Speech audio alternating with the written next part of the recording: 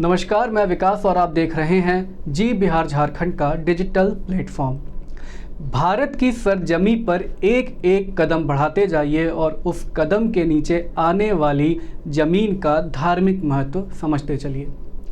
कंकड़ कंकड़ शिव और हर घर मंदिर वाले अपने देश को अवतारों का देश कहा जाता है। हालांकि यह भी एक विडंबना है कि कई बार इन्हें या तो महज कोरी गप समझा जाता है या फिर इन्हें सिर्फ एक मनोरंजक कथा या मिथक कहकर टाल दिया जाता है, इन्हें नकार दिया जाता है। सनातन परंपरा अवतारवाद में विश्वास रखती है और पुराण कथाओं के मुताबिक भगवान विष्णु ने कई अलग अलग अवतारों में विश्व का कल्याण किया है। पुराणों में जिन्हें पुराण पुरुष कहा गया है, तो वहीं भुवन मोहिनी मुस्कान के साथ सारे संसार का पालन कर रहे हैं, इसे ऐसा ही कहा जाता है। मोहिनी मुस्कान में सिर्फ मोहिनी पर ध्यान देते हैं तो भगवान विष्णु के कई अवतारों में से एक है मोहिनी का अवतार। महादेव शिव को भस्मासुर से बचाने के लिए तो वहीं कहीं अप्सरों को अमृत लेकर देवताओं को पिलाने के लिए मोहिनी अवतार लिए जाने की कथा का जिक्र पुराणों में आता है और ऐसा पता भी चलता है। यह सवाल उठता है कि आखिर पुरुष को स्त्री का अवतार क्यों लेना पड़ा। अवतार शब्द को थोड़ा आसान कर दें तो इसे ऐसे कहें कि पुरुष को रूप बदलकर स्त्री क्यों बनना पड़ा। ऐसी क्या मजबूरी रही कि एक पुरुष स्त्री के रूप में सामने आया, जबकि कई सुंदर स्त्रियों के नाम मौजूद थे। इंद्र की सभा में रंभा, मेनका जैसी अप्सराएं अपार सुंदर थीं। वह नृत्य और गान की तो महारथी थी ही, लेकिन एक तर्क ऐसा हो सकता है कि यह अप्सराएं देव और दानवों दोनों के लिए परिचित थीं।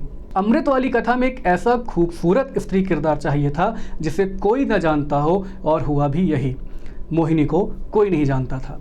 असुर उसकी सुंदरता से इतने मोहित हुए कि नाम गांव तो पूछना भूल गए, उल्टा अमृत कलश उसे ही सौंप दिया। इस प्रसंग को पौराणिक जासूसी गतिविधि का एक उदाहरण माना जा सकता है। यही कथा राजा जन्मेजय को सुनाते हुए भागवत और पुराण के जिक्र करते हुए ऋषि शुकदेव बताते हैं कि मोहिनी अवतार का रहस्य क्या है, और उन्होंने इसकी संपूर्ण व्याख्या की थी। वह जोर देते हुए कहते हैं कि मोहिनी अवतार के जरिए एक संकेत दिया गया कि इस संसार में स्त्री ही शक्ति है। प्रकृति का जो भी रूप है वह स्त्री रूप ही है, यानी हर पुरुष में लालन, पालन, प्रेम, दया, करुणा और क्रोध का जो आंतरिक भाव होता है, जिसके ऊपर वह अपनी कठोरता का आवरण चढ़ा के रखा होता है, वह स्त्री का ही दिया हुआ है।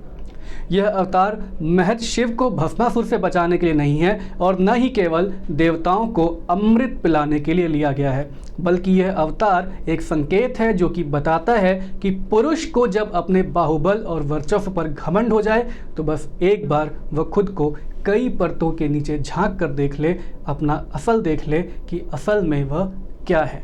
यही वजह है कि आगे चलकर कई ऐसे असुरों का अंत स्त्री शक्ति के हाथ ही किया गया, जिन्होंने खुद को प्रकृति से अलग ही मान लिया था। ऐसी कई कथाएं हैं जिनमें देवी दुर्गा ने स्त्रियों के अवतार के साथ, कुंवारी कन्याओं के अवतार के साथ ये अवतार लिए। 18 पुराणों में भी अलग अलग तरीके से मोहिनी की व्याख्या की गई है। ब्रह्मवैवर्त पुराण ब्रह्मा द्वारा सृष्टि की रचना का वर्णन करता है और उस दौरान सबसे पहले एक स्त्री का अवतरण हुआ। इसी स्त्री की मुस्कान से प्रेरित होकर ब्रह्मांड की रचना की गई। ब्रह्मांड और पद्म पुराण भी यह बताते हैं कि विष्णु के आज्ञा चक्र में निवास करने वाली देवी ही विश्व मोहिनी है, जिनके कारण ही हम में बुद्धि, स्मृति और मेधा जैसी शक्तियाँ होती हैं। यही देवी नींद, भूख और प्यास को भी जगाती है और नियंत्रण में भी रखती है। शाक्त परंपरा में इसे ही स्वतंत्र रूप में त्रिपुर सुंदरी कहा गया है।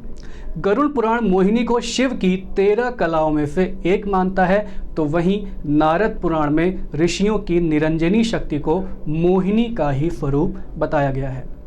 इसी तरह से ब्रह्मवैवर्त पुराण भी व्याख्या करता है कि मोहिनी को ब्राह्मी शक्ति बताया गया है, जो कि ज्ञान की भी स्रोत है। इसी शक्ति ने अप्सरा रंभा को सुंदरता का जो उसको घमंड हो गया था उसे तोड़ा और उसे ब्रह्म तत्व का ज्ञान दिया था।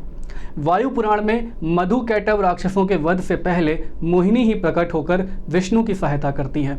मोहिनी की ही माया के प्रभाव में राक्षसों ने विष्णु से खुद की मृत्यु का वर मांग लिया था और इस तरह से लड़ते हुए वह अपनी जान गंवा बैठे। यह तो थी भारतीय मिथकों में मोहिनी की बात, लेकिन संसार भर की सभ्यताओं को देखें और पढ़ें तो वहाँ भी मोहिनी की माया ऐसी ही बिखरी हुई है। हालांकि उसका स्वरूप या पहचान का तरीका थोड़ा अलग हो सकता है और कई जगहों पर उसे अलग अलग तरीके से बताया गया है। कई जगहों पर मोहिनी को छल की देवी भी कहा गया है, जिसे भ्रम पैदा करने वाली स्त्री की पहचान मिली है। मिस्र की संस्कृति में इसकी एक देवी हेकेटी का जिक्र है। इस देवी को रक्षिका मानकर पूजा जाता रहा है। किंवदंती है कि हेकेटी ने युद्ध में अचानक सामने आकर हेकेट की रक्षा की थी और इस तरीके से दुश्मन भ्रमित रह गया था। इसी तरह ग्रीक कथाओं में एक स्त्री का चरित्र है जिसे सेरेनस कहा जाता है। यह देवी कई अलग अलग हौमिनका की आवाज़ निकालकर भ्रम पैदा करती है और देखने में बला की खूबसूरती की मालकिन रही है। इसकी एक आवाज़ पल भर में कभी इतनी तीक्ष्ण और कभी इतनी मधुर हुआ करती थी कि दुश्मन भ्रमित हो जाया करता था। और सेरेनस देवी के ही नाम से आज इंग्लिश में सायरन शब्द बना हुआ है, जो तेज आवाज़ के रूप में जाना जाता है। देवताओं का राजा ज्यूस जब युद्ध में कमज़ोर पड़ने लगता था तो इसी सेरेनस देवी की आवाज़ को निकालने के लिए कहता था। सेरेनस को महिलाओं और पक्षियों का संयोजन माना गया है।